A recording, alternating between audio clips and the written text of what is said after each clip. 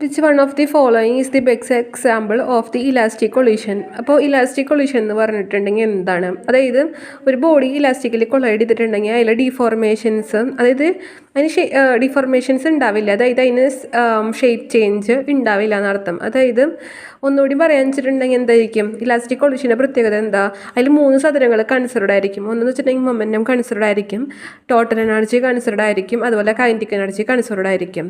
ഇനി elastic collision വെച്ചിട്ടുണ്ടെങ്കിലോ, elastic collision വെച്ചാൽ kinetic energy consider ആയിരിക്കില്ല, ബാക്കി 2 സാധനങ്ങൾ മൊമെൻറ്റും അതുപോലെ തന്നെ ടോട്ടൽ എനർജിയും കൺസിഡർഡ് ആയിരിക്കും.